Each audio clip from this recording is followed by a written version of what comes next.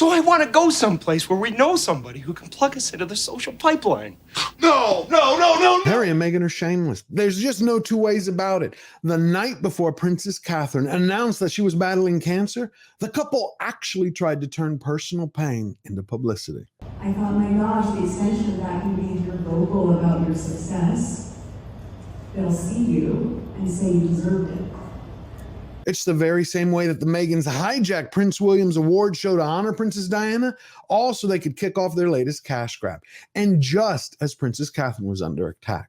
Plus, you had Meghan's friend Kim Kardashian and a few other celebrities jump on the bandwagon to throw a punch at the princess, all while she battled both cancer and the press. That's just about as low as one can get. But not to worry. My grandmother once said that anything that starts with a lie ends in tears.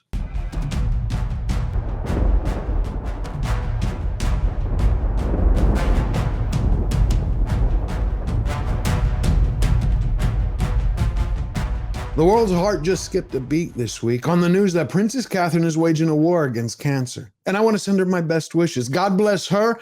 God bless her family. May he give her the strength that she needs to not only stare the beast in the face, but to redefine victory. In January, I underwent major abdominal surgery in London. And at the time, it was thought that my condition was non-cancerous. The surgery was successful. However, tests after the operation found cancer had been present. At this time, I'm also thinking of all those whose lives have been affected by cancer. For everyone facing this disease, in whatever form, please do not lose faith or hope. Now, if you want to send your best wishes and blessings to the princess, all you have to do is write to her at Their Royal Highnesses, the Prince and Princess of Wales, Kensington Palace, London, W8 4PU. Now, you know, over the last few weeks, the media has been in a feeding frenzy, grotesquely hounding the princess. Oh dear, the halo has slipped, or is it the crown? Kate Middleton was the perfect princess, but it's all come crashing down with a wildly photoshopped Mother's Day image, with many noticing that Catherine was not wearing her wedding or engagement ring. Well, finally, the vultures in the press, like Dolan, got the truth. They should hang their heads in shame for what they did to the lady. What did we discover? There wasn't any big mystery. There wasn't any conspiracy. It was simple. A mother of three wanted the privacy and the time to tell her children about her health news in her own way. That's it. And William and I have been doing everything we can to process and manage this privately for the sake of our young family. It has taken me time to recover from major surgery in order to start my treatment. It has taken us time to explain everything to George, Charlotte and Louis in a way that's appropriate for them and to reassure them that I'm going to be okay. But not one person in the media has asked a single question about who's responsible for ringing the dinner bell that led the dogs to Princess Catherine's doorstep. And that's what we're going to do. So enter stage left, the House of Montecito. Meghan and Harry are simply an embarrassment. Yes, they have royal titles, but noble, honorable, and regal, they are absolutely not. Just a pair of grifters that turned every family crest into a for sale sign. Duchess do nothing, and the Pinocchio Prince to introduce a lifestyle brand. This whole website and everything was set up through a different LLC than Harry and Meghan typically use, and I believe that name was Mama Knows Best LLC. Which kind of made me laugh out loud. She who must be obeyed and her ginger handbag are back to merch. And they launched the new website, AmericanRivieraOrchard.com, or as it's also known, Absolute Royal Opportunist Incorporated. And all why? So Meghan can pretend to be the new Martha Stewart of Montecito, selling luxury brands from her multi-million-dollar kitchen, all while wearing $100,000 in ball gowns, bling, and Botox. There's just one tiny little problem. The Meghans have virtue signaled themselves into a corner. So who's really going to buy their bottled BS? Is it going to be the poor, abused, the needy, the underprivileged that Meghan claims to champion, the Hollywood hive that hates her? Or is it going to be the private jet set elite that she blames all the world's problems on? Either way, this is a masterclass in hypocrisy. And at the end of the day, I suspect that the dollar store Duke and Duchess are going to have to start selling titles. The Meghan's greed has exceeded their grain matter, and while they're setting up shop, their fair-weather friends, allies, and potential future business partners are spearheading a full-on frontal assault against Princess Catherine, all while she's battling for her life. And you know what I think? That Meghan and Harry knew all along what was going on with her. And that makes it much worse. Kim Kardashian slammed for spreading rumors about Princess Catherine amid wild conspiracies. Odd, isn't it? How Kim questioned where Princess Catherine was, but never once questioned Harry and Meghan where their children are. And then on top of that, isn't it a coincidence how her attacks just were so well timed in place with the launch of Meghan's new company? Tableware, cutlery, cookbooks, servingware, coffee and tea services, kitchen textiles, jams, jellies, oils, other foods, as well as gardening items, lighting, stationery, party decorations. The reality is, once the Meghans sold out their family, it was inevitable that they had to sell pots and pans to survive. And poof, like magic, Kim shows up to help her friends just as Harry is skiing in Aspen with her mother's boyfriend.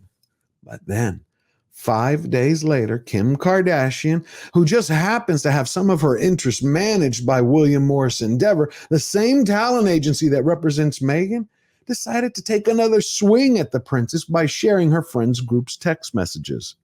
I believe this is the beginning of an orchestrated smear campaign against the royal family with a very specific purpose: to publicly poison the image of Princess Catherine. There is a non-zero chance she died 18 months ago. When it's all said and done, the only thing that the talentless hack John Oliver accomplished was to expose himself as another client of William Morris Endeavor and show that he's nothing but a fool, because Whoopi Goldberg herself was the one who already answered that question perfectly about the scandal that was manufactured out of thin air. I know very few people who don't manipulate their own photo. I mean, all you got to do is look at swipe any of the swipe pictures. None of those people look like they're supposed to look. Even a broken clock is right twice a day. Now, I've been putting the pictures of this puzzle together, following the breadcrumbs, and they all lead to a giant nest of grifters. In the latest ad for her beverage line, Blake Lively poked fun at the recent Photoshop drama involving Princess Catherine, and it seems to have royally backfired. Well. Wouldn't you know that Blake Lively is also represented by William Morris Endeavor? And strangely enough, you got Hugh Jackman and has-been singer Sheryl Crowe are also two clients of the same agency who decided to jump on the bandwagon and had a laugh at Princess Catherine's expense. Now, if you take all these slights and attacks individually, it's nothing but bored celebrities trying to extend their 15 minutes of fame by tossing out some meat to the mob for a few more headlines. But when it comes to Kim Kardashian, that's a different situation. I think she attacked the princess in order to pay the price to seal the deal that her mom made in order to get Harry and Meghan on the Kardashian show. But now when you trace all the termites right back to their nest, in my opinion, I think we're eventually going to discover that it is Meghan and her agents at William Morris Endeavor that are behind the scenes planting stories and pulling the media strings.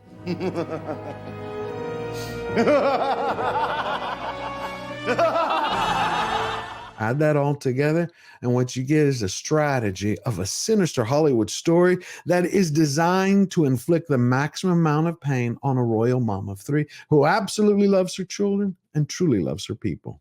The Montecito merchandisers want to start over. They want a clean slate, but their hate for the royal family is so well documented in Harry's book Spare, in the Meghan's Netflix series, and their interview with Oprah that it has permanently damaged their image forever. That's done. Period. End of statement. It is so bad now, no one buys their plastic sincerity. So I believe that the Meghans hatched a plan in order to reframe their image in the public eye, all while the media unleashed mayhem on the palace. I think in America, in a way, Harry and Meghan are in the upswing, because what I'm hearing is people saying, well, Meghan was right. It's impossible being a member of that family. It's been total chaos over the last few weeks. Exactly what the Meghans want. See, they want the press to put the royal family under a magnifying glass, to ask so many questions that no one trusts them. And then in that state of confusion, to erase their past and come out on the other side smelling clean as roses. but it's not going to work. For the same reason that Meghan was snubbed recently at South by Southwest, the same festival that the for-profit philanthropist purchased a panel at. Her influence extends across various sectors from entertainment to philanthropy, making her a driving force for positive change. People really see them for who they are. No amount of publicity can help. Meghan Markle prepares for relaunch in the United Kingdom. Duchess has reached out to British PR gurus for help as she battles a popularity problem in Britain. But many will turn it down because she and Harry have a reputation for not listening to advice. The husband, formerly known as Prince, and his spoiled other half, his pride, still haven't learned an important lesson. Karma doesn't play games, but she does collect on old debts. Just in the last month, you had a Las Vegas party girl who released old nude pictures of Harry on her OnlyFans page just before they were pulled down. And then a little while later, she auctioned off his underwear, and a strip bar owner picked it up for $250,000. And then you had a U.S. judge who demanded to see his visa information paperwork. Also, he can decide if the public should know his immigration status. On top of that, you had King Charles, who cut the California chicken coopers out of any succession plan talks. Now they're pissed. They do want to be royal. They don't want to follow the rules. They just don't want to be royal underneath King Charles and King William. Yes, that's the case. That's just the way it goes when no one trusts you. A snake can shed its skin, but it's still a snake. Nothing changes. It can either learn how to slither silently or just get out of everyone's way.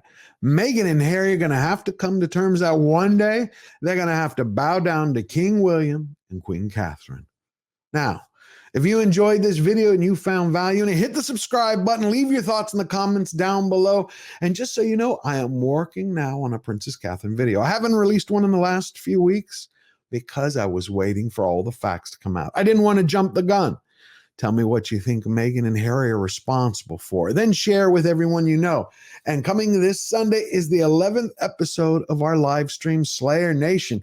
It's every Sunday at 2 p.m. Central, 8 p.m. UK time. And in 10 days, I'm going to hold my second mega marathon where we're going to talk about Meghan and Harry and then dive into Princess Catherine and everything that's going on with her family.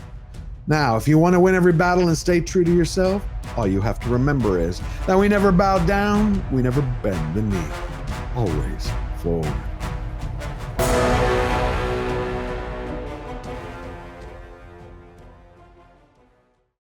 That just didn't sound right.